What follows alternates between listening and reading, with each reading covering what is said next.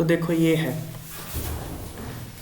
अब ये क्वेश्चन क्या है, आपको इसमें ये बताना है कि कुछ बताना नहीं है, एक्चुअली थ्योरी ही है ये। कौन सा ग्रुप प्लस एम है, कौन सा मतलब ये कौन सा इफेक्ट एग्जर्ट कर रहा है ये ग्रुप, ये बताना है। ठीक है, यहाँ पे ये बताना है। तो देख लो, जैसे NH2 है, NH2 कौन सा इफेक्ट एग्जर्ट करेगा, प्लस एम करेगा। क्यों? इसके पास एक लोन पेयर है ना यहाँ पे। फिर से देखते हैं हम, प्लस एम वो होते हैं, कोई भी ग्रुप के ऊपर एक लोन पेयर हो तो वो प्लस एम होता है। कोई भी ग्रुप डबल बॉन्ड या ट्रिपल बॉन्ड हो तो वो माइनस एम होता है। इससे ही पता चल जाएगा वो प्लस एम माइनस एम कौन से हैं। ठीक है, तो अब आपको ये बताना है इनमें कौन प्लस एम कौन मतलब इंडक्टिव और मीजोमेरिक का बताना है। So nitrogen is more electronegative, तो क्या होगा, माइनस आई शो करेगा, पर लोन पेयर है तो ये प्लस एम करेगा। So this is plus M minus I group. ठीक है, और इसका प्लस एम माइनस आई से ज़्यादा होता है, ये बात ध्यान रखना। ठीक है, नेक्स्ट ये देखो, OH है, ऑक्सीजन के ऊपर क्या है, लोन पेयर है, तो ये प्लस एम हो गया, प्लस एम हो गया। और क्योंकि ऑक्सीजन की इलेक्ट्रोनेगेटिव तो ये माइनस आई ग्रुप है। So this is plus M minus I, लेकिन इसका प्लस एम माइनस आई से ज़्यादा है। मतलब क्या, नेट जो रिजल्ट होगा, अगर मैं आपसे पूछूं इलेक्ट्रॉन डेंसिटी किस में ज़्यादा है, बेंजीन में ज़्यादा है या इसमें फिनॉल में ज़्यादा, क्या बोलोगे, किस में इलेक्ट्रॉन डेंसिटी ज़्यादा है? फिनॉल में ज़्यादा है। क्यों? क्योंकि ये दो इफेक्ट, एक तो इलेक्ट्रॉन डेंसिटी खींच रहा है due to minus I effect, एक इलेक्ट्रॉन डेंसिटी ये दे रहा है ड्यू टू प्लस एम, और प्लस एम ज़्यादा है। सो इलेक्ट्रॉन डेंसिटी इस वाली रिंग में ज़्यादा होगी, ये है। फिर देखो ये आ गया, डबल बॉन्ड आ गया, यहाँ डबल बॉन्ड आ गया ना, इसको बोलते हैं एसिटोफिनॉन। एसिटोफिनॉन इसका कॉमन नेम है। ये एसीटोन होता है, C डबल बॉन्ड हो, CH3 ये एसीटोन है ना, तो ये एसिटोफिनॉन हो जाता है, एक फिनॉल। ठीक है ना, दोनों अगर ये बेंजीन लगे तो बेंजोफिनॉन होता है। तो ये आ गया डबल बॉन्ड, इस कैटेगरी में आ गया, तो ये माइनस एम ग्रुप है। ठीक है ना, और इंडक्टिव कौन सा, माइनस आई, तो माइनस एम और माइनस आई। ठीक है ना, अब अगर इलेक्ट्रॉन डेंसिटी की बात करें तो क्या होगा, यहीं से कम हो जाएगा ना इलेक्ट्रॉन डेंसिटी इसमें, बेंजीन के कंपैरिजन में। तो अब नेक्स्ट देखो, ये वाला ग्रुप, ये कौन सा ग्रुप है बताओ, कौन पे, ये मिथाइल,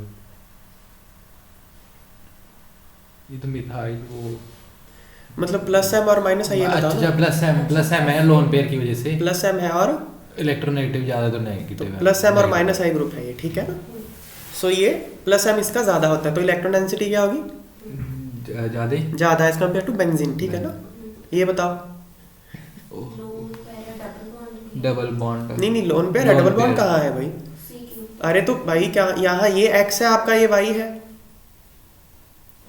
आपको एक्स और वाई में डबल बॉन्ड देखना है ना। प्लस एम और ज़्यादा इलेक्ट्रोनेगेटिव है तो माइनस आई हो जाएगा, प्लस एम और माइनस आई, इसका प्लस एम ज़्यादा होता है माइनस आई से। ठीक है, ये याद ही रखना सारा, और सबका ज़्यादा ही होता है, एक्सेप्शन है कुछ, हेलोजन्स का जो होता है वो माइनस आई ज़्यादा होता है प्लस एम से, तो वो थोड़ा सा एक्सेप्शन याद कर लेना। फिर ये देखो एक्स वाई में डबल बॉन्ड, हाँ आ गया ना डबल बॉन्ड, तो माइनस एम और माइनस आई है, ये वाला लोन पेयर। ठीक है ना, प्लस एम है और माइनस आई। ठीक है, इसमें कुछ भी नहीं है 8th में, तो क्या होगा इसका, अब रेजोनेटिंग स्ट्रक्चर बना लोगे ना आप, सबका एक ही जैसा बनेगा ना इनका, जितने प्लस एम ग्रुप्स हैं किधर आ जाएंगे, वो बॉन्ड शिफ्ट ऑर्थो और पैरा पे आएंगे इलेक्ट्रॉन्स। फिर यहाँ देखो ये क्या है, कुछ भी नहीं है इसमें, तो 8th में माइनस आई है ना, हाँ माइनस आई ग्रुप है ना, ये मीजोमेरिक इफेक्ट नहीं है, मीजोमेरिक इफेक्ट नहीं शो करेगा, माइनस आई शो करेगा। ठीक है, और ये वाला माइनस एम, माइनस, दोनों करेंगे, ये वाला माइनस एम, क्लियर ना। 11 देखो, ये वाला, ये देखो अब क्या है, ध्यान से देखो क्या, ये क्या शो करेगा, PS3 प्लस,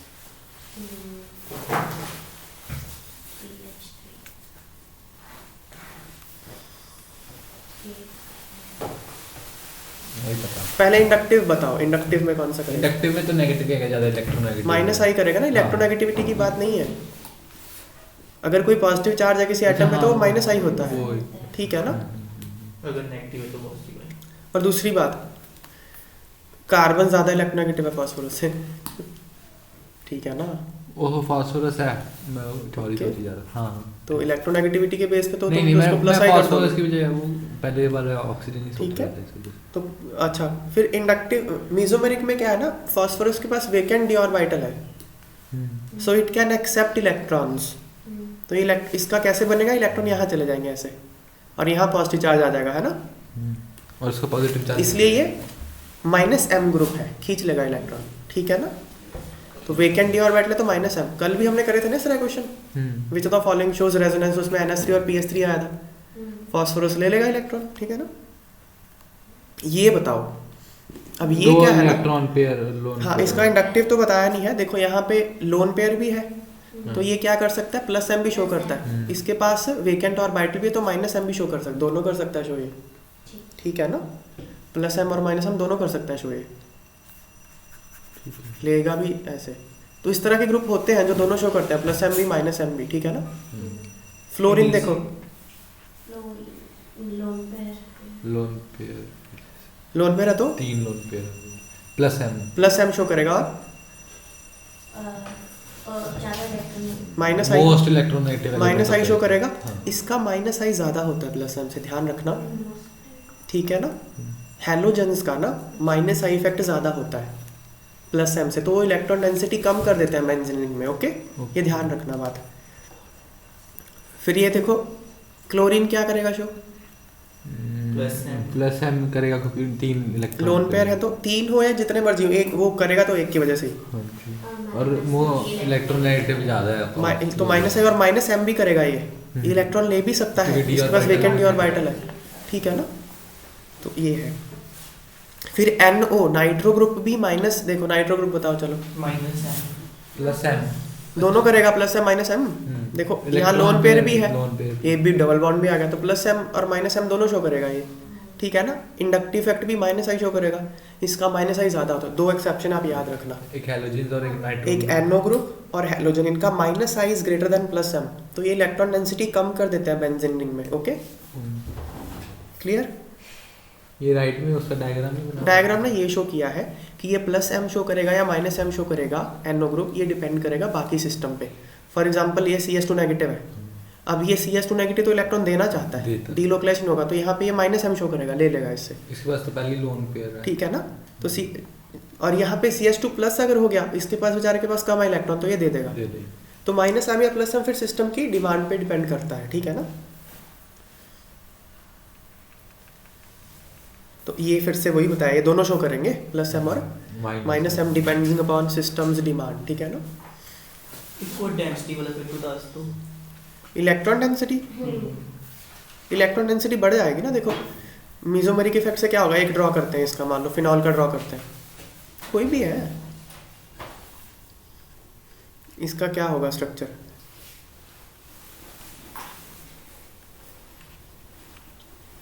ये इलेक्ट्रॉन यहाँ जाएंगे, इलेक्ट्रॉन यहाँ जाएंगे, प्रोटीन एक्टिव हो, डबल बॉन्ड हो,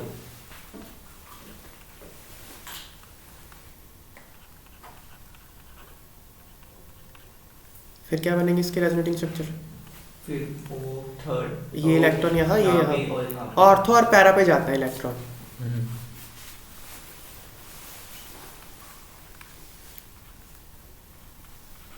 ठीक। फिर अगला फिर बॉन्ड शिफ्ट हो वो जाएगा, वाला डबल बॉन्ड जो O के बगल में वहाँ पे नेगेटिव है, ऑर्थो और पैरा पे जाएगा, अब ऑर्थो पे जाएगा फिर से,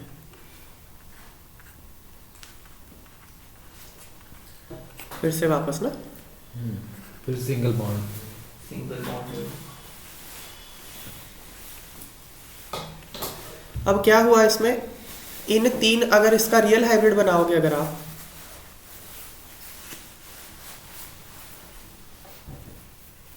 ये बनेगा, यहाँ पार्शियल पॉजिटिव, यहाँ पार्शियल नेगेटिव, यही बनेगा ना रियल हाइब्रिड इसका। क्वेश्चन ये है कि 2 रिंग्स है हमारे पास, एक बेंजीन रिंग है, एक ये फिनॉल वाला रिंग है, इलेक्ट्रॉन डेंसिटी किसमें, ये इलेक्ट्रॉन डेंसिटी है ना, ये बेंजीन क्या होता है, C6H6 इस तरह से होता है, इसमें पाई ऑर्बिटल होते हैं और sp2 सारे ऊपर भी इलेक्ट्रॉन क्लाउड होता है, नीचे भी भी। इलेक्ट्रॉन, यही होता है ना बेंजीन। तो ये इलेक्ट्रॉन क्लाउड की डेंसिटी कहाँ ज़्यादा है, फिनॉल में ज़्यादा है या बेंजीन में ज़्यादा है, ये पूछा गया है। फिनॉल में ज़्यादा है क्योंकि वो इलेक्ट्रॉन सप्लाई कर रहा है। ओके, तो मैंने जो इलेक्ट्रॉन डेंसिटी बोली वो यही इलेक्ट्रॉन डेंसिटी है। हैलोजेंस के केस में वो इलेक्ट्रॉन खींच लेगा तो इलेक्ट्रॉन डेंसिटी कम कर देगा बेंजीन में। मतलब जब सप्लाई का डेंसिटी बढ़ जाएगी तो बढ़ेगी भाई, अगर वो सप्लाई कर रहा है इलेक्ट्रॉन तो इलेक्ट्रॉन डेंसिटी बढ़ेगी यहाँ पे, ठीक है ना। ये ना इलेक्ट्रोफिलिक एरोमेटिक सब्स्टिट्यूशन रिएक्शन आएंगी, वहाँ पे पॉइंट काम आएगा, इसलिए यहाँ बता रहा हूँ मैं अभी। वो प्लस एम और माइनस एम से एक्सप्लेन होता है फिर, ठीक है ना, कि आगे करेंगे हम ये reaction electrophilic aromatic substitution reactions, वहाँ पे काम आएगी बात। तो समझ में आ गया ना, इलेक्ट्रॉन डेंसिटी बढ़ जाती है इसमें रिंग में। अच्छा वॉल्यूम तो इनते मास बच्चन इलेक्ट्रॉन्स का हाँ। ताकत डेंसिटी। नेक्स्ट, ये कुछ पॉइंट्स है, मतलब boron is always electron deficient. Electron deficient होते हुए भी ये पॉजिटिव चार्ज शो नहीं करता। मतलब नॉर्मली क्या है ना, पॉजिटिव चार्ज जहाँ होता है हम बोलते हैं वहाँ इलेक्ट्रॉन डेफिशिएंसी यही होता है ना। जैसे CS2+ में क्या था, पॉजिटिव चार्ज था इलेक्ट्रॉन, लेकिन हमेशा इलेक्ट्रॉन डेफिशिएंसी में पॉजिटिव चार्ज हो ही ऐसा कोई ज़रूरी नहीं है। मतलब ठीक है, BF3 में इलेक्ट्रॉन डेफिशिएंसी तो है लेकिन वो पॉजिटिव चार्ज नहीं है, ठीक है। तो due to resonance back bonding इसकी यहाँ पे ना बैक बॉन्डिंग होती है, मतलब ये जो इलेक्ट्रॉन है ना ये इसको दे देता है ऐसे, फ्लोरीन है ना इसमें बैक बॉन्डिंग होती है, फ्लोरीन BF3 में ऐसे इसको दे देगा। बोरॉन के पास वेकेंट p ऑर्बिटल है, d नहीं है p है, और फ्लोरीन के पास लोन पेयर पड़ा हुआ तो इसको दे देता है ये, ठीक है ना। तो इसलिए इसको बेचारे कुछ ना कुछ मिल जाता है इसको, ये बात है। बैक बॉन्डिंग के क्वेश्चन 2-3 होते हैं, वो कर लेंगे हम, क्वेश्चन आ जाएंगे असाइनमेंट्स में, ठीक है। फिर ये है देखो, जैसे यहाँ पे रेजोनेंस शो होगी, यहाँ इसके पास वेकेंट p ऑर्बिटल है इस तरह से, ठीक है ना। बैक बॉन्डिंग भी होगी इसमें, यहाँ रेजोनेंस हो जाएगी, बैक बॉन्डिंग तो नहीं है। फिर ये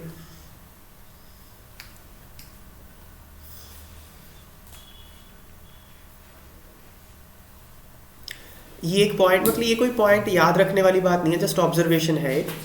अगर कहीं भी नेगेटिव चार्ज होता है ना नॉर्मली, अब ना लोन पेयर को और नेगेटिव चार्ज को कंफ्यूज मत करना, ठीक है। नॉर्मली जहाँ नेगेटिव चार्ज होता है वहाँ लोन पेयर भी होता है, जैसे O नेगेटिव में, ठीक है ना, N- में यहाँ पे तो जहाँ नॉर्मली नेगेटिव चार्ज होता है वहाँ लोन पेयर होता है, इसलिए वो नॉर्मली +m ग्रुप होता है, ठीक है ना।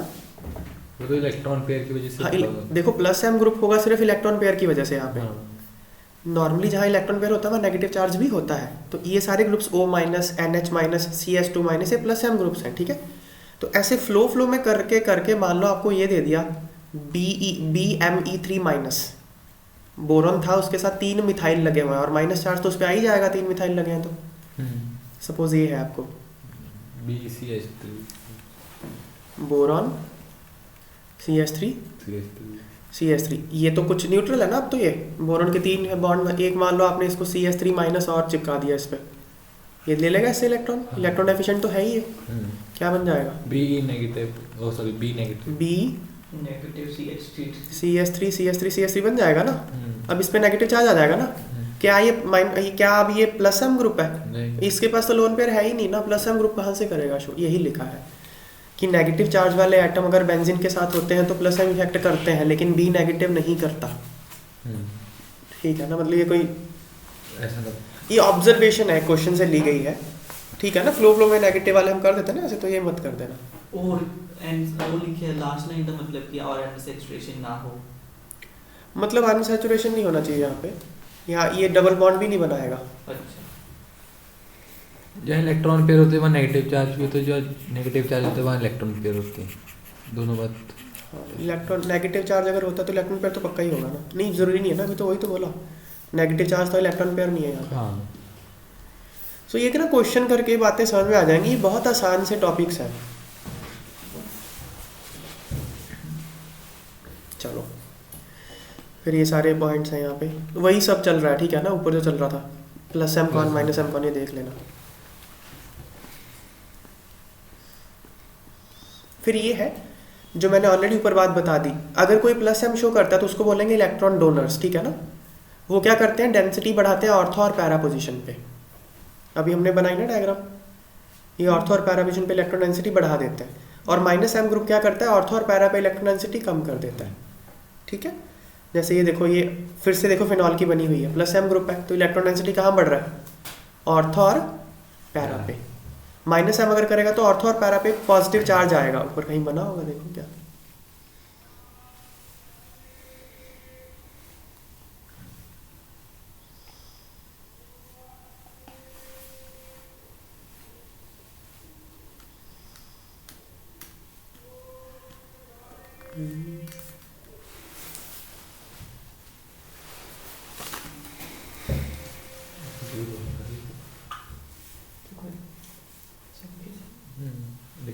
मैं बना ही देता हूँ यहाँ, +m का तो मैंने बना दिया, -m का नहीं बना ना कोई।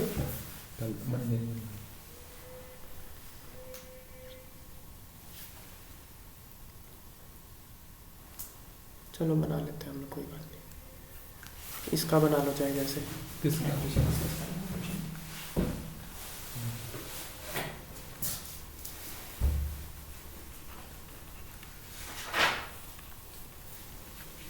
देखो ये इलेक्ट्रॉन यहाँ जाएंगे तो यहाँ पॉजिटिव चार्ज आ जाएगा ना। तो देखो जो भी इफेक्ट है मेसोमेरिक इफेक्ट ना, बेंजीन रिंग में वो ऑर्थो और पैरा पे शो होता है, ये बात है। ये देखो ऑर्थो पे पॉजिटिव चार्ज आ गया, यहाँ जाएंगे इलेक्ट्रॉन, तो पैरा पे पॉजिटिव चार्ज आ गया ना, फिर से ऑर्थो पे आएगा। तो जो भी होगा ऑर्थो और पैरा पे होगा, चाहे इलेक्ट्रॉन सप्लाई हो चाहे इलेक्ट्रॉन फिर से आएंगे। तो जो पॉजिटिव चार्ज नेगेटिव चार्ज है ऑर्थो पैरा पे शो होता है। ठीक है ना, ये बात लिखी है वहाँ पे, ये हमेशा ट्रू होता है कि एक्सेप्शन? हमेशा ट्रू है। Electron withdrawing make ortho para electron deficient, electron donor make ortho para electron rich. ठीक है, यहाँ बना हुआ था, ये बना हुआ था, -m शो कर रहा है ना, एक ऑर्थो पैरा पे पॉजिटिव चार्ज आ गया। ठीक है, फिर ये क्वेश्चन है, देखो ये आपको 3 स्ट्रक्चर्स दिए हैं और सेंटर वाले कार्बन पे नेगेटिव चार्ज है, आपसे ये पूछा है इनका स्टेबिलिटी ऑर्डर क्या है। तो आंसर क्या होगा, देखो जितना ज़्यादा डीलोकलाइजेशन होगा चार्ज का उतना ज़्यादा स्टेबल हो जाएगा। अब क्या है ना, डीलोकलाइजेशन रेजोनेंस के जरिए तब पॉसिबल है जब यहाँ पे पैरेलल p ऑर्बिटल्स हों। यहाँ पे तो एक है p ऑर्बिटल ऐसे, यहाँ पे क्या होना चाहिए, पैरेलल होने चाहिए। तो लेकिन ये पैरेलल होते नहीं है, ये रिपल्शन के कारण ना आउट ऑफ प्लेन चले जाते हैं तीनों, एक प्लेन में नहीं होंगे ये सारे। ठीक है, लेकिन जब आपने इसको जोड़ दिया तो ये दोनों तो एक प्लेन में आ गए, जब इसको भी जोड़ दिया सारे एक प्लेन में आ गए, तो यहाँ पे रेजोनेंस सबसे ज़्यादा होगी, 3 2 1 यहाँ पे कम होगी, यहाँ उससे कम। तो स्टेबिलिटी का ऑर्डर ये है। ठीक है, थर्ड में रोटेशन लॉक हो गई। फर्स्ट में क्या है, किसी एक पर्टिकुलर इंस्टेंट ऑफ टाइम पे एक ही रिंग इसके साथ प्लेन में होगी, एक पर्टिकुलर इंस्टेंट पे, बाकी 2 प्लेन में नहीं आएंगी। ठीक है ना, ऐसा होता रहेगा, कभी ये उस प्लेन में, कभी ये है, कभी ये है, तो डायनामिक प्रोसेस है, लेकिन तीनों एक साथ नहीं आएंगी। ठीक है, रोटेशन लॉ का मतलब कि रोटेट हो जाएगा ना यहाँ से, मतलब इक्विवेलेंस होगा, मतलब आठ प्लेन्स नहीं हो सकते, रोटेट लोको लॉक। हाँ, क्या ये यहाँ से रोटेट कर सकता है इसके अलॉन्ग, एक्सिस के लॉक यहाँ रोटेट करेगा क्योंकि ये रिपेल करता है इसको। ठीक है ना, एक प्लेन में नहीं रहेंगे सारे ये, तो ये बात है। फिर देखो ये क्या है भाई, at ortho position electron deficient. हाँ,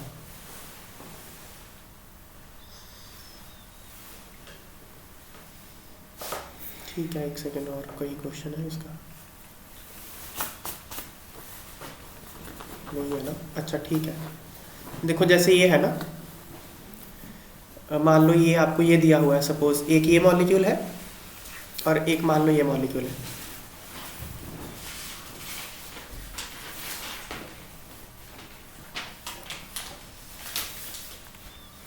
तो इन दोनों में से कौन ज़्यादा स्टेबल है, ये वाला या ये वाला, ये क्वेश्चन है। तो उसका आंसर है ये वाला। रीज़न क्या है, देखो इसकी स्टेबिलिटी किस पे डिपेंड करेगी कि इस पॉजिटिव चार्ज को कितने इलेक्ट्रॉन मिल रहे हैं। ये इलेक्ट्रॉन डेफिशिएंट है ना, यहाँ पे ये इलेक्ट्रॉन डेफिशिएंट है, तो इसमें क्या है कि +m इफेक्ट शो करेगा, ये +m इफेक्ट शो करेगा, तो इलेक्ट्रॉन डेंसिटी कहाँ बढ़ेगी, ऑर्थो और पैरा पे। तो जब पैरा पे यहाँ बढ़ेगी, यहाँ नेगेटिव चार्ज आ गया, तो फिर इसको मिल जाएगा ना इलेक्ट्रॉन, ये देखो फिर ये यहाँ मिल जाएगा, ये बन गया, तो इसका ऑक्टेट पूरा हो गया। ऑक्टेट पूरा होने से बहुत स्टेबिलिटी होती है, ठीक है ना। जब आप इसके स्ट्रक्चर, ये ना स्ट्रक्चर ड्रॉ करके देख लेना घर पे, जब आप इसके स्ट्रक्चर ड्रॉ करोगे तो नेगेटिव चार्ज कहाँ आएगा, यहाँ पे आएगा, और यहाँ पे, यहाँ तो आएगा ही नहीं। तो किसी भी स्ट्रक्चर में इसका ऑक्टेट नहीं पूरा हो रहा, सिर्फ एक में ही हो रहा है, किसी में नहीं हो रहा है, एक में भी नहीं हो रहा। ये तो अलग मॉलिक्यूल है, अच्छा, इसमें तो हो ही नहीं रहा ना। मैटा पे अगर लगा दिया आपने तो नहीं होगा ऑक्टेट पूरा, तो ये कम स्टेबल है, ठीक है ना। ये बात है कि at ortho and para position electron deficient group is stabilized by plus M group, ठीक है ना। तो प्लस एम ग्रुप अगर लगा है और आपके ऑर्थो या पैरा पे कोई इलेक्ट्रॉन डेफिशिएंट ग्रुप लगा है तो उसको स्टेबिलिटी मिल जाती है, ठीक है ना। क्लियर बात है। ये देखो फिर ये बोला गया, ये प्लस एम है, मतलब ये मॉलिक्यूल यहाँ पे है दिखाया गया, NH2 की जगह OCH3 लगा दिया, तो यहाँ CH2 प्लस है, इसका प्लस एम इसके किसी काम नहीं आना, तो ये उसको कोई स्टेबिलिटी प्रोवाइड नहीं कर रहा, इसकी वजह से ये, ठीक है ना। नेगेटिव चार्ज यहाँ जाएगा फिर यहाँ चला जाएगा, इसको तो कुछ मिला ही नहीं, और तो पैरा कोई मिलेगा। ये है। तो मेटा पोजीशन पे पॉजिटिव चार्ज जो होता है अफेक्ट नहीं होता, क्योंकि वो कॉन्जुगेशन में नहीं है उसके साथ, ठीक है ना। अगेन फिर वही बात है, अगर किसी ग्रुप कोई -m ग्रुप है तो वो किसको रिलीफ देगा, नेगेटिव चार्ज अगर ऑर्थो और पैरा, तो उसको वो डीलोकलाइज करेगा, मेटा वाले को नहीं करेगा, ठीक है ना। -m ग्रुप किसको स्टेबल करते हैं, नेगेटिव चार्ज को, ऑर्थो और पैरा पे, मेटा पे नहीं करते। नेक्स्ट, इस टॉपिक से बहुत क्वेश्चन पूछे जाते हैं। नेक्स्ट से देखो, ये solubility of stability of resonating structures of same real hybrid. तो इसमें हमको क्या कंपेयर करना है, हमको एक ही मॉलिक्यूल, रियल हाइब्रिड तो एक ही होता है ना, मतलब हाँ जी, उसके अलग अलग रेजोनेटिंग स्ट्रक्चर होते हैं, उन रेजोनेटिंग स्ट्रक्चर्स की आपस में स्टेबिलिटी कंपेयर करनी है, ठीक है। जितने हम बनाते हैं, जैसे जितने बनाते जा रहे हैं उनमें से कौन ज़्यादा स्टेबल है, ठीक है। पहला मतलब स्टेबिलिटी कैसे कंपेयर करनी है, each resonating structure is considered as an individual structure, तो हम करते ही हैं उसको कंसिडर। तो पॉइंट्स क्या हैं, देखो पहला, अगर न्यूट्रल है तो वो ज़्यादा स्टेबल होगा चार्ज से कम, ठीक है ना। जैसे ये देखो 1 और 2, ये कम स्टेबल है भाई, ये ज़्यादा स्टेबल है, ठीक है। अगला पॉइंट, अगला थर्ड, सेकंड और थर्ड एक जैसे ही है। The resonating structure with more number of covalent bond is more stable, जिसमें ज़्यादा बॉन्ड होते हैं वो ज़्यादा स्टेबल हो। जैसे यहाँ 2 बॉन्ड है, यहाँ एक ही बॉन्ड है कोवेलेंट बॉन्ड, तो ये ज़्यादा स्टेबल है। यहाँ पे नंबर ऑफ कोवेलेंट बॉन्ड ज़्यादा है ना इसमें, तो इससे आप पहले तो हमने बोल दिया लेफ्ट वाला ज़्यादा स्टेबल है। कौन सा लेफ्ट वाला, कब? हाँ लेफ्ट वाले तो बोल रहे हैं अभी भी, अभी आपने राइट वाला नहीं राइट नहीं, राइट लेफ्ट वाला, हाँ, क्योंकि यहाँ ज़्यादा बॉन्ड्स है ना, हाँ, यहाँ कम बॉन्ड्स है, तो ये जितने ज़्यादा बॉन्ड होंगे उतनी स्टेबिलिटी ज़्यादा होगी। ये पॉइंट उतने काम नहीं आते, मतलब ये ऑब्वियस ही बात ही है ना, ये सारी बातें। जी सेकंड वाला भी न्यूट्रल, ये प्लस माइनस नेट चार्ज 0 ही है। हाँ नेट चार्ज 0 नहीं, हाँ लेकिन चार्ज तो है ना, यहाँ तो चार्ज ही नहीं है। फिर ये वाले पॉइंट ज़्यादा काम आते हैं, इलेक्ट्रोनेगेटिविटी रूल और ऑक्टेट रूल, पॉइंट नंबर 4 और पॉइंट नंबर 5। ये क्वेश्चन करोगे तो समझ में आ जाएगा। अभी रट नहीं, कुछ नहीं करना, बस सुन लो फिर क्वेश्चन करो जाके, कुछ भी नहीं करना। तो देखो, अगर जैसे इन दोनों की स्टेबिलिटी पूछी जाए आपसे, कौन ज़्यादा यहाँ पे पॉजिटिव चार्ज का कहाँ पे, जैसे ये पहले बना लो, ये है यहाँ गया और ये इलेक्ट्रॉन यहाँ गया, बन गया ये स्ट्रक्चर। इन दोनों में कौन ज़्यादा स्टेबल है? अब देखो, पहले सबसे पहले जब स्टेबिलिटी पूछे जाए ना, सबसे पहला काम होता है ऑक्टेट चेक करना। ऑक्टेट सबका पूरा है यहाँ पे, लेफ्ट इसका भी पूरा, इसका सबका ऑक्टेट पूरा है, ठीक है। अब यहाँ पॉजिटिव चार्ज नाइट्रोजन पे है, यहाँ पॉजिटिव चार्ज ऑक्सीजन पे है, तो पॉजिटिव चार्ज कहाँ ज़्यादा स्टेबल है? लेस इलेक्ट्रोनेगेटिव एटम पे। जो ज़्यादा इलेक्ट्रोनेगेटिव एटम है वो पॉजिटिव चार्ज को सहन नहीं कर सकता, तो nitrogen is less electronegative than oxygen, that is why this is more stable, ठीक है। इलेक्ट्रोनेगेटिविटी रूल क्या बोलता है कि जब positive charge less electronegative atom पे होता है तो स्टेबल ज़्यादा होता है, और नेगेटिव चार्ज मोर इलेक्ट्रोनेगेटिव पे तो ज़्यादा, ठीक है ना। ये जो आपस में रूल है कभी कॉन्ट्राडिक्ट करते हैं, तो फिर ऑक्टेट रूल को प्रायोरिटी भी कर सकते हैं। थर्ड पॉइंट ना मोस्ट स्टेबल हो जाए, कोवेलेंट बॉन्ड्स, वही मैं बोल रहा हूँ थर्ड से कि कैसे कर आपस- लोगे? Number of covalent bond same है दोनों में। नहीं, 1 2 OCH, अरे सेम है, वो थे इकट्ठे लिखे आए थे, वो थे 8 लिखे, तो हम भी काउंट कर लिया। ऑक्टेट रूल मोस्ट इम्पॉर्टेंट है। तो वो स्ट्रक्चर जिसमें हर एटम का ऑक्टेट पूरा होता है वो ज़्यादा स्टेबल होता है। अगर ऑक्टेट और इलेक्ट्रोनेगेटिविटी में कॉन्ट्राडिक्शन आ जाए तो ऑक्टेट रूल को प्रेफर करना है, ठीक है। ऊपर वाले और इनमें ये होता है कभी जो सेकंड और थर्ड पॉइंट थे? नहीं, देखो ये जैसे ये है, इसका इनकम्प्लीट ऑक्टेट है यहाँ कार्बन का, ठीक है। CH, हाँ। तो क्या है, अब ये भी इसको दे सकता है इलेक्ट्रॉन और ये भी दे सकता है, तो दो बनेंगे। इसमें N ने दे दिया, इसने O ने दे दिया, तो 2 and 3 both are more stable than 1, क्योंकि 2 और 3 में ऑक्टेट पूरा है, समझ गए ना। 2 और 3 में कौन ज़्यादा स्टेबल है, अब इलेक्ट्रोनेगेटिविटी रूल लगाओगे आप। 3 में O के ऊपर पॉजिटिव चार्ज है, 2 में N के ऊपर पॉजिटिव चार्ज है, सो N इज मोर स्टेबल। तो ये आ गया स्टेबिलिटी ऑर्डर। इलेक्ट्रोनेगेटिविटी पॉजिटिव वो बियर कर लेता है ना, लेस इलेक्ट्रोनेगेटिव, नहीं स्टेबल ज़्यादा, हाँ, लेस इलेक्ट्रोनेगेटिविटी पॉजिटिव। हाँ, क्योंकि ज़्यादा इलेक्ट्रोनेगेटिव को तो चाहिए ना इलेक्ट्रॉन, वो बियर कर ले, तो उसको चाहिए इलेक्ट्रॉन, आप उससे खींच रहे हो, ठीक है। जैसे ये देखो, फिर ये एक है, यहाँ क्लोरीन है, तो यहाँ जाएंगे इलेक्ट्रॉन, यहाँ जाएंगे, तो इसका ऑक्टेट पूरा कर दिया ना इसने, ये रेजोनेटिंग स्ट्रक्चर बनी है इसकी, तो this is more stable. Clear? इन्होंने ऑक्टेट रूल से कर दिया, तो ऑक्टेट रूल से ही करा है, और कैसे? ऊपर हमने EN रूल, अरे तो EN रूल कहाँ करा है हमने ऊपर? अगर ऑक्टेट सेकंड रूल और थर्ड के लिए तो नहीं, ऑक्टेट पूरा है ना उसमें, ऑक्टेट सबसे पहले ऑक्टेट चेक करा है हमने, ठीक है ना। हम्म। अब EN रूल से देखोगे तो क्या होगा, देखो यहाँ कार्बन पे पॉजिटिव चार्ज है, यहाँ क्लोरीन पे पॉजिटिव चार्ज है। क्लोरीन पे ही सही रहेगा, क्लोरीन पे सही नहीं रहेगा, chlorine is more electronegative than carbon, ज्यादा इलेक्ट्रोनेगेटिव हाँ, पे तो कार्बन पे सही तो यहाँ पे इलेक्ट्रोनेगेटिव रूल तो बोलता है इसको करो, लेकिन ऑक्टेट रूल किसको, सॉरी, इलेक्ट्रोनेगेटिविटी रूल के अकॉर्डिंग ये स्टेबल होना चाहिए, लेकिन positive charge on less electronegative atom element, लेकिन ऑक्टेट क्या बोलता है, इसको करो, सो ये ज्यादा स्टेबल है ऑक्टेट रूल, ठीक है ना। तो यही ध्यान रखना। New definition is if like octet rule and EN is preferred. Octet rule is preferred. हे भगवान, ऐसा कहाँ था, क्या था, ऊपर से तुम बोलते हो आपने कहा है। नहीं मैं आई नहीं किया, मैं लाइन किया। नहीं देख ला, देख लो। Octet rule is preferred. कुछ तरह की गलतियां मतलब मैं नींद में भी नहीं कर सकता, ये उस तरह की गलती है। बहुत सारी गलतियां कर सकते हैं, लेकिन ऐसा नहीं है। ऑक्टेट रूल हमेशा प्रेफर करते हैं, ठीक है।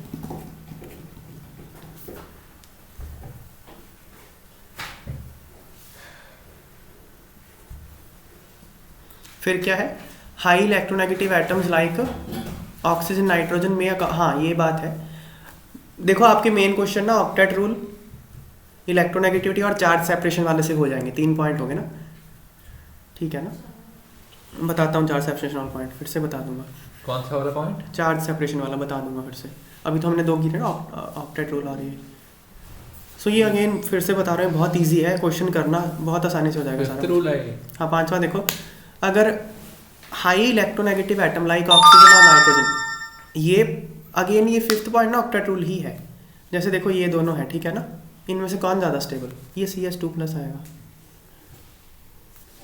इसका रेजोनेटिंग स्ट्रक्चर बनाओगे यहाँ जाएगा, ये बनेगा, इसमें सबका ऑक्टेट पूरा है, यहाँ पे इसका पूरा नहीं है ऑक्टेट, तो ऑक्टेट रूल हालांकि ऑक्सीजन पॉजिटिव चार्ज नहीं सह सकता, हाँ, लेकिन यहाँ पे बर्दाश्त कर लेगा, क्योंकि सारा ओवरऑल स्टेबिलिटी देखनी है आपको मॉलिक्यूल की, ठीक है ना। तो ये ज़्यादा स्टेबल है। ऐसे ही ये देखो, ये यहाँ ले लेगा, ये यहाँ सबका ऑक्टेट कंप्लीट है, तो ये पॉजिटिव चार्ज बियर कर लेगा, ठीक है। तो वही बात होगी, octet rule should be preferred over electronegativity rule. यही बात कर। फिर ये देखो, ये वाला नहीं सहन कर पाएगा, यहाँ पे ऑक्सीजन का ना तो ऑक्टेट पूरा है, ऊपर से उसके आपने पॉजिटिव चार्ज चिपका दिया, तो ये तो भाई बहुत अनस्टेबल है, ठीक है ना, हाईली अनस्टेबल। अंडा मतलब वो है 5 7 8 2 लोन पे भी थे, ऑक्टेट नहीं पूरा, ऑक्टेट इनकम्प्लीट है इसका ऑक्सीजन का यहाँ पे, तो ये अनस्टेबल है, ठीक है। फिर ये क्या है, फिर एग्जांपल्स ही चल रही हैं, देखो क्या है, ये एग्जांपल है कि रूल है ये वाला? नहीं एग्जांपल है ये 6th।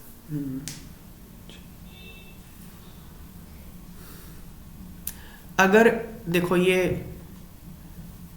इन दोनों में स्टेबिलिटी ऊंची है, देखो जैसे ना ये दोनों रेजोनेटिंग स्ट्रक्चर्स ही है ना, देखो मतलब ये फर्स्ट मॉलिक्यूल है, इसको यहाँ ऐसे कर दो, ठीक है, और इसको ऐसे कर दो, तो ये बन जाएगा ना नीचे वाला। रेजोनेंस ही ड्रॉ करिए। हाँ हाँ समझ गया। ठीक है, ठीक है। इन दोनों में कौन ज़्यादा स्टेबल है? तो अब यहाँ पे क्या है, दो नेगेटिव चार्ज आपस में आ गए तो रिपेल करेंगे आपस में, तो स्टेबिलिटी कम हो जाएगी। यहाँ पे वो रिपल्शन का प्रॉब्लम नहीं है, तो ये ज़्यादा स्टेबल है। हालांकि एक और स्ट्रक्चर होगी वो इससे ज़्यादा स्टेबल होगी, वो ये वाली, ये इलेक्ट्रॉन इसको दे दो, CH2 negative, CH double bond CH single bond C H double bond O CH3 positive charge, ये मोस्ट स्टेबल होगी यहाँ पे, ठीक है ना। मेसोमेरिक इफेक्ट की, हाँ, क्योंकि यहाँ इसका सब में सबका ऑक्टेट पूरा है स्ट्रक्चर में, इन दोनों में ऑक्टेट पूरा नहीं है ना, इसमें इसका नहीं है, इसमें इसका नहीं है, लेकिन इन दोनों की पूछी गई है तो फिर हम ऐसे लगा देंगे ना कि यहाँ रिपेल्शन होगी, ठीक है ना। तो अगर सेम नेचर चार्जेस पास पास हो तो वो रिपेल करते हैं, रिपेल करेंगे तो स्टेबिलिटी कम कर देते हैं। क्लियर बात है। प्लस एम और माइनस एम की यूज से भी हम ये बता सकते हैं कि कौन सा ज़्यादा स्टेबल है। वो तो रेजोनेंस और प्लस एम में कोई फ़र्क ही नहीं है ना। थोड़ा सा इजी रहता है वो लोन पेयर देख के तो लग जाता है। ठीक है, चार्जेस का क्या पॉइंट है, अगर सेम नेचर चार्जेस पास पास हो तो स्टेबिलिटी कम हो जाती है, क्योंकि सेम नेचर चार्जेस रिपेल करेंगे, ठीक है। तो यहाँ क्या लिखा है,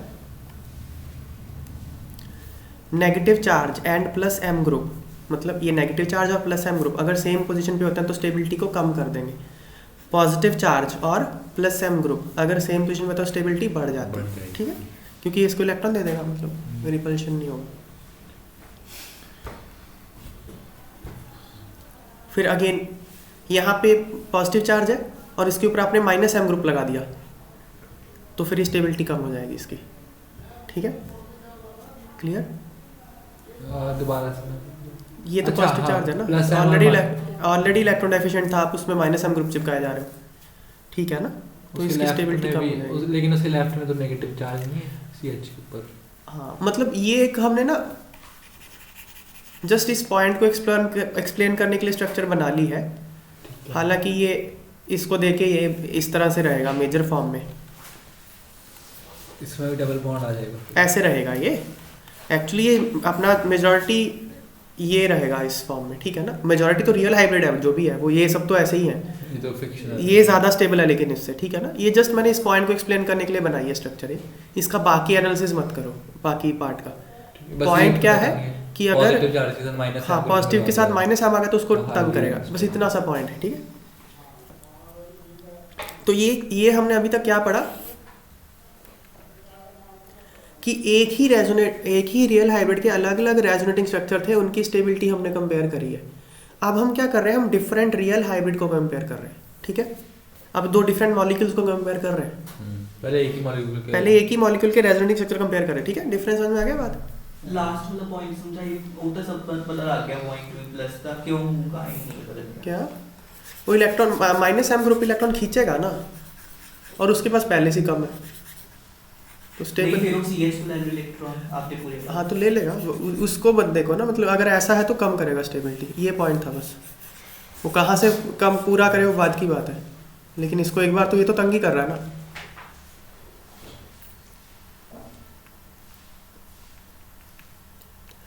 तो अगेन क्वेश्चन करो इसके, वही बात बोल रहा हूँ, तब क्लैरिटी आएगी जाके, नहीं तो कन्फ्यूजन चलता रहेगा। स्टेबिलिटी ऑफ रियल हाइब्रिड, देखो ये दोनों डिफरेंट मॉलिक्यूल्स है ना, अब आपको बताना है इन दोनों में कौन ज़्यादा स्टेबल है। तो देखो अगर ज़्यादा नंबर ऑफ रेजोनेटिंग स्ट्रक्चर्स होते हैं तो वो ज़्यादा स्टेबल होता है। इसका तो एक ही बनेगा रेजोनेटिंग स्ट्रक्चर, तो दो बनेंगे, इसके कितने बनेंगे, 3 बन जाएंगे, ठीक है ना।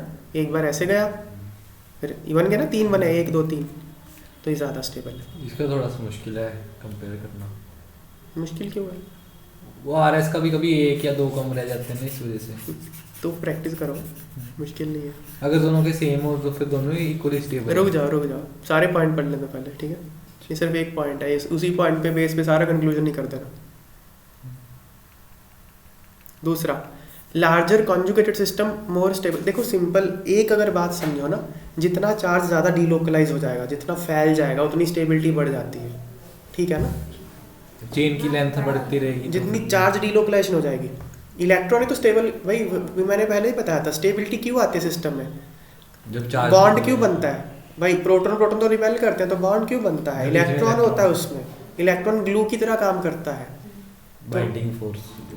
अब क्या है, इलेक्ट्रॉन अगर ज़्यादा डिस्ट्रीब्यूट होंगे तो ज़्यादा जगह ग्लू फैल गया ना, समझ गए ना, तो ज़्यादा इलेक्ट्रॉन डीलोकलाइज होंगे तो स्टेबिलिटी बढ़ेगी। तो ये क्या है, लार्जर कॉन्जुगेशन, ये है स्मॉलर कॉन्जुगेशन, तो ये ज़्यादा स्टेबल है। देखो ज़्यादा बड़ा सिस्टम है ना कॉन्जुगेटेड, ये छोटा है, ठीक है। चेन की लेंथ पे भी फिर ऐसे देख के पता लग जाएगा।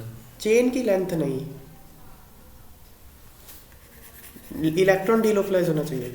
कॉन्जुगेट सिस्टम ही ना हो तो लंबी कर लो चेन, लो ये लो ले लंबी कर ली और एक ये कर लिया तुमने, कौन ज़्यादा स्टेबल है, ऊपर वाला ही ज्यादा होगा, ऊपर वाला ये ऐसे, ये वाला ज़्यादा स्टेबल है ना। होगा ही नहीं ना फिर अपना जो नीचे वाला है। हाँ तो ये तो रेजोनेंस ही नहीं कर रहा ना शो, तो चेन की लेंथ की बात नहीं है, कॉन्जुगेशन लेंथ ऑफ कॉन्जुगेशन की बात है। नेक्स्ट, साइक्लिक कॉन्जुगेटेड सिस्टम अगर एरोमेटिक है तो, ठीक है ना, ज़्यादा स्टेबल होता है ओपन से। ओके ओके, अगर सेम नेचर, जैसे इन दोनों को कंपेयर करें तो इसमें भी 3 है डबल बॉन्ड, यहाँ भी 3 है, लेकिन ये एरोमेटिक है। एरोमेटिक बहुत ज़्यादा स्टेबल होता है, 4n+2 पाई इलेक्ट्रॉन, ठीक है ना। Aromatic is highly stable. Same nature मतलब डबल बॉन्ड, सेम नेचर मतलब कार्बन कार्बन ही है, उनको कंपेयर करोगे ना तुम, यहाँ नाइट्रोजन लगा दोगे तो कंपेयर नहीं कर सकते ना, सेम नेचर बॉन्ड है। मतलब हम बहुत सारी चीज़ें कंपेयर नहीं कर सकते थ्योरी के बेस पे भी, कुछ कुछ ही कर सकते हैं, वही क्वेश्चन पूछेंगे हमसे, ठीक है ना। तुमको समझ में आ रहा है अमन्नत। फिर है क्रॉस कॉन्जुगेशन। हाँ ये है, देखो क्रॉस कॉन्जुगेशन क्या होती है, ये देखो P और R आपस में कॉन्जुगेशन में है ना, देखो P और R आपस में है कॉन्जुगेशन में, double bond, single bond, double bond. ऐसे ही R और Q आपस में है ना, सेम ही हो गया फिर। लेकिन क्या P और Q आपस में है कॉन्जुगेशन में, नहीं, नहीं है। इस तरह की कॉन्जुगेशन को क्रॉस कॉन्जुगेशन बोलते हैं, ठीक है ना। कब होती है cross conjugation, when two systems are in conjugation with a third system but not in conjugation with each other, तो वो क्या होंगे, क्रॉस कॉन्जुगेशन, ठीक है। क्रॉस कॉन्जुगेशन कम स्टेबल होती है, लीनियर कॉन्जुगेशन ज़्यादा स्टेबल होती है, ठीक है बात है। ओके, क्रॉस कॉन्जुगेशन कम स्टेबल, अगेन डीलोकलाइजेशन लीनियर में ज़्यादा होगी ना, समझ में आ रही है बात। हाँ। ये क्या इसके साथ भी झगड़ा कर रहा है, इधर भी कर रहा है, इधर भी जा रहा है, इधर भी जा रहा है, तो इधर थोड़ा बेचारा तंग सा हो गया ना ये, है ना। हाँ। तो डीलोकलाइजेशन देखो यहाँ यहाँ ऐसे ऐसे है, यहाँ पे सब जगह है, यहाँ पे सब जगह, वैसे इसको तंग कर दिया ना आके, हाँ, तो ये थोड़ी फ्रिक्शन वाली बात हो गई यहाँ पे, तो ये स्टेबिलिटी यहाँ कम होती है। क्रॉस कॉन्जुगेशन में स्टेबिलिटी लीनियर से कम होती है, ये बात है, ठीक है।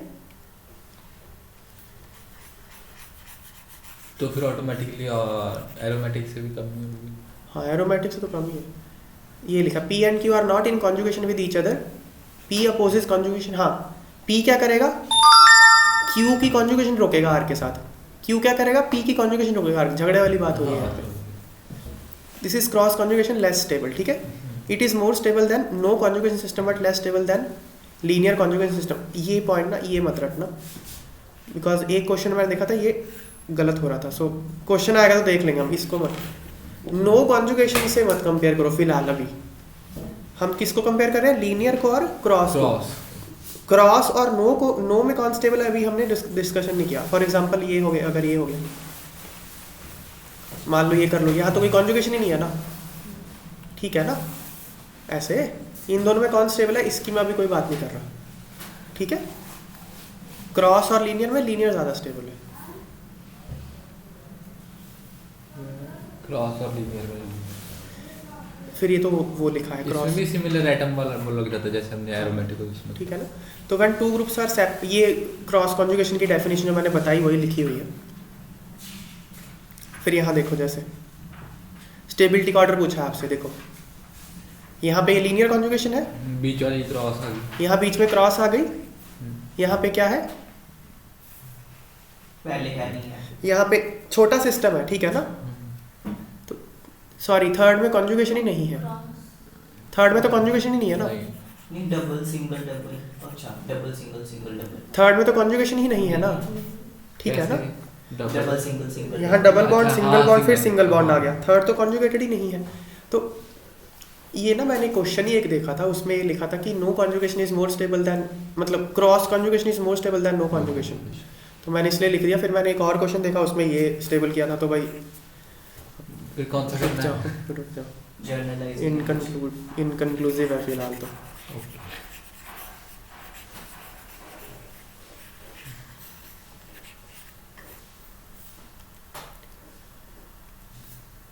ठीक है, तो ये थोड़ा क्वेश्चन है जो देखने लायक है। पता नहीं, मतलब मुझे फिलहाल नहीं पता। एमटीजी में देख लेंगे किसी का। एमटीजी में कहाँ मिलेगा ये सब क्वेश्चन, मतलब मिलते ही नहीं है। कहीं मिल गए तो ठीक है, ढूंढते रहो बुक्स नहीं मिलेगा ये। Equal RS, next equal RS का पॉइंट जो मैंने क्वेश्चन पूछा था वो तो आया नहीं। कौन सा? क्या अगर दोनों की मतलब इक्वली स्टेबल होंगे? कौन से? जो मैंने पहला क्वेश्चन करा था मैं भूल दोबारा गया। पूछ लो क्वेश्चन। मैं क्वेश्चन भूल गया। तो फिर मुझे कहाँ याद रिकॉर्डिंग में है? कल तुमको ही नहीं परसों याद पूछ लूंगा। ठीक है ना। कि अगर उनके तीनों के आरएस इक्वल बनते हो, नंबर ऑफ आरएस इक्वल बनते हो तो equally पहले stable लेके आओ क्वेश्चन, कहाँ बने, कौन सा बना के लेके आओ, ठीक है। यूनिकॉर्न की बात कर रहे हो तुम, मतलब एग्जिस्ट ही नहीं करता कुछ, तो बना के लेके आओ ना तुम पहले।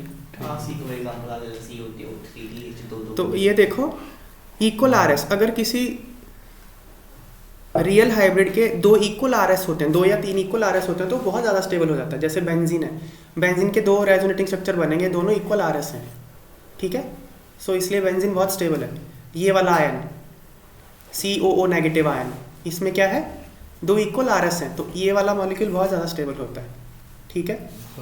इन equal as thus nature same nature bonds participating in resonance are equal in length, ठीक है ना। मतलब ये दोनों लेंथ इक्वल होगा इसका। क्वेश्चन क्या है, सोडियम फॉर्मेट, ये सोडियम फॉर्मेट ही है, ऊपर ड्रॉ किया हुआ है। ये फॉर्मेट आयन है ना, HCO नेगेटिव, ये फॉर्मेट आयन है ना। Na लगा दो, सोडियम फॉर्मेट हो जाएगा। वो Na का कुछ नहीं करना होता है, वो तो चार्ज को बैलेंस करने के लिए ठीक है ना? लगाते हैं। तो सोडियम तो इक्वल आरएस। अब नेक्स्ट है हाइपर कॉन्जुगेशन। हाइपर कॉन्जुगेशन को नो बॉन्ड रेजोनेंस भी बोलते हैं, नो बॉन्ड रेजोनेंस। तो क्या है देखो, जैसे ये है, इसमें ना सिग्मा और पाई इलेक्ट्रॉन जो होते हैं वो ओवरलैप कर रहे हैं। इसको रेजोनेंस क्यों नहीं बोलते, हाइपर कॉन्जुगेशन क्यों बोलते हैं? क्योंकि रेजोनेंस में सिग्मा इलेक्ट्रॉन नहीं पार्टिसिपेट करते, हाइपर कॉन्जुगेशन में सिग्मा इलेक्ट्रॉन पार्टिसिपेट करते हैं डीलोकलाइजेशन में। तो यहाँ पे देखो क्या है, मैं इसका ऑर्बिटल डायग्राम बना के दिखाता हूँ आपको। इसकी क्या हाइब्रिडाइजेशन है बताओ, कार्बन की?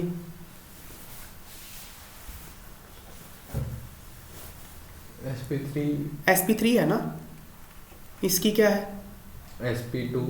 sp2 है, ठीक है। अब इसकी हम ऑर्बिटल डायग्राम बनाए, C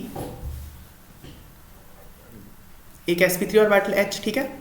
बाकी 3 नहीं बना रहा है इसमें, बाकी 3 के ऐसे बना रहा हूँ, सेम ही बनेंगे लेकिन सेम ही होगा, ठीक है ना।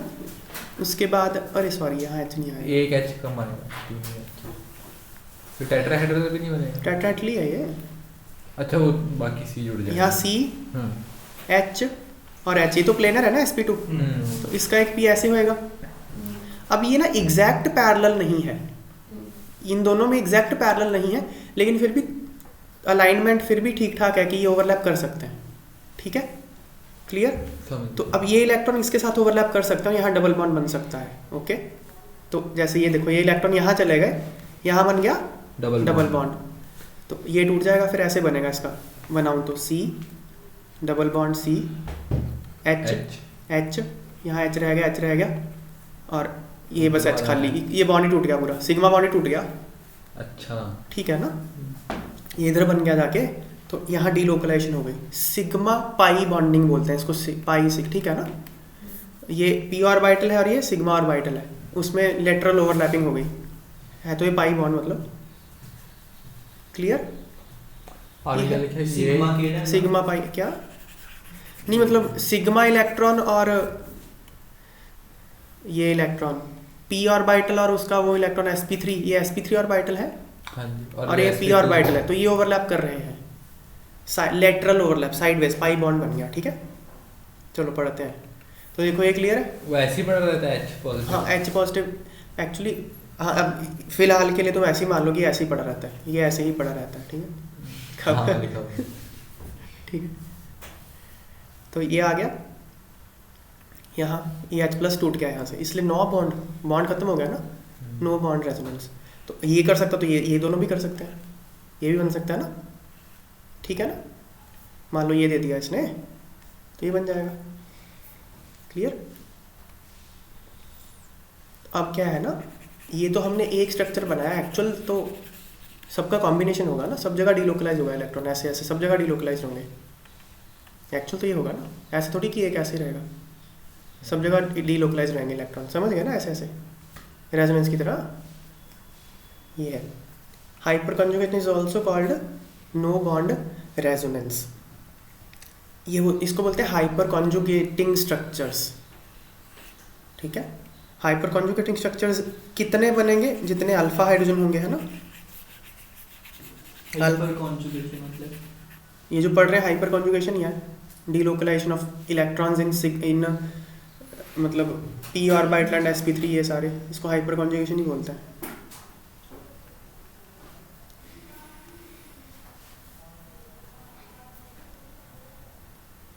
तो कितने स्ट्रक्चर बनेंगे, इस तरह क्वेश्चन आते हैं, जितने अल्फा एच है। अल्फा एच कौन सा होता है, जो कार्बन इसके बगल में जुड़ा है अल्फा कार्बन, ठीक है ना। जो हमारा पॉइंट ऑफ स्टडी है उसके बगल में जो कार्बन है उसको अल्फा बोलते हैं, ठीक है। हमारा पॉइंट ऑफ स्टडी यहाँ पे ये पॉजिटिव चार्ज है, तो अल्फा कार्बन के ऊपर जो हाइड्रोजन लगे उनको बोलेंगे अल्फा हाइड्रोजन। जितने अल्फा हाइड्रोजन होंगे उतने ही हाइपर कॉन्जुगेशन स्ट्रक्चर्स बनेंगे। तो यहाँ 3 है, ठीक है ना, तो 3 स्ट्रक्चर बन गए, ठीक है। फिर क्या, जितने ज़्यादा हाइपर कॉन्जुगेशन स्ट्रक्चर बनेंगे उतनी डीलोकलाइजेशन ज़्यादा होगी चार्ज की, तो उतनी स्टेबिलिटी बढ़ जाएगी। मतलब अगर ज़्यादा अल्फा अच्छा तो स्टेबिलिटी ज़्यादा है। बाकी मंडे को कर ले अभी, क्योंकि फिर ये कंफ्यूज ना हो जाए, इसमें इसकी भी प्रैक्टिस करनी होगी। हाँ, बस ये देख लो थोड़ा सा। हाँ जी। Stability of carbocation. कार्बोकेटाइन की स्टेबिलिटी हमने इंडक्टिव इफेक्ट के बेस पे एक्सप्लेन करी थी, 3 to 1 करी थी ना, कि ये 3 डिग्री है, 2 डिग्री है, 1 डिग्री है। तो ये प्लस आई शो करेंगे, तो ज़्यादा इसको इलेक्ट्रॉन दे देंगे, 3 डिग्री वाला कार्बन हो गया, ठीक है ना। तो स्टेबिलिटी, अब हम इसको हाइपर कॉन्जुगेशन के बेस पे भी एक्सप्लेन कर सकते हैं। देखो यहाँ पे ये अल्फा कार्बन है ना, सारे ये सारे अल्फा ही है ना, मतलब जो एक से जुड़े होते हैं। हाँ देखो यहाँ C1 ड्रॉ कर ले, CH3 ऊपर ऐसे बंद करके लिख लो। यहाँ पॉजिटिव चार्ज है तो क्या होगा, ऐसे होगा ना, इलेक्ट्रॉन यहाँ जाएंगे तो बनेगा ना hyper conjugative structure. 9 alpha H हैं तो 9 बन जाएंगे इसके स्ट्रक्चर। इसमें कितने अल्फा एच हैं, 6 बनेंगे स्ट्रक्चर, इसमें 3, इसमें कोई नहीं है, इसमें 0। तो हाइपर कॉन्जुगेशन जितनी ज़्यादा उतना स्टेबिलिटी ज़्यादा, तो स्टेबिलिटी 3 to 1 है, ठीक है ना। कॉन्ट्राडिक्ट भी नहीं करता उसको, कॉन्ट्राडिक्ट नहीं करें। जैसे यहाँ पे देखो, इसमें पूछा आपसे स्टेबिलिटी का ऑर्डर, यहाँ पे कितने अल्फा एच है ये बताओ, 4। कैसे, ये रहे ना एच, हाँ 2, 4 है ना, 2 ये रहे 4। यहाँ पे कितने हैं, 6, 3 2 8। यहाँ 4 है, यहाँ 8 है, यहाँ कितने हैं, 1 ही है, 7 होंगे, 3 2 2, हाँ 7। 7, यहाँ पे कितना 1, तो सबसे ज़्यादा स्टेबल B, फिर A, फिर C, ठीक है ना। ऐसे भी कर सकते हो, 3 to 1 था ना, डिग्री से चलेगा ना, 3 to 1 ऐसे भी होता है, तो हाइपर दोनों से एक ही रिजल्ट आता है। नेक्स्ट क्वेश्चन देखो, how many structures involving CH bond. हाँ मतलब इसके हाइपर कॉन्जुगेशन स्ट्रक्चर बनाने हैं आपको इसके, तो सिंपल है, आपको alpha H hyper conjugation structure count करने हो तो अल्फा एच काउंट कर लो। इसका पूछा है आपसे, एक एच ए रहा, 3 ए रहे, 2 ए रहे, 6 बनेंगे, ठीक है ना। इस तरह से हाइपर कॉन्जुगेशन के क्वेश्चन होते हैं। तो यहाँ तक आज हम करते हैं। RS ही होता है इसमें, अच्छा इसको हाइपर कॉन्जुगेशन स्ट्रक्चर बोलते हैं, इसको रेजोनेटिंग स्ट्रक्चर नहीं बोलते, ठीक है ना, ठीक है। क्योंकि यहाँ सिग्मा बॉन्ड टूट रहा है, पाई बॉन्ड, उसमें तो पाई बॉन्ड ही डीलोकलाइज होते हैं, इसमें सिग्मा बॉन्ड ब्रेक हो रहा है। हाइपर कॉन्जुगेशन, तो इसका होमवर्क किस में से करना है, मैंने असाइनमेंट भेज दिया है, वो तो कर लो। और चूंकि हमारा के पहला एक्सट्रीम क्वेश्चंस करवा दिए नहीं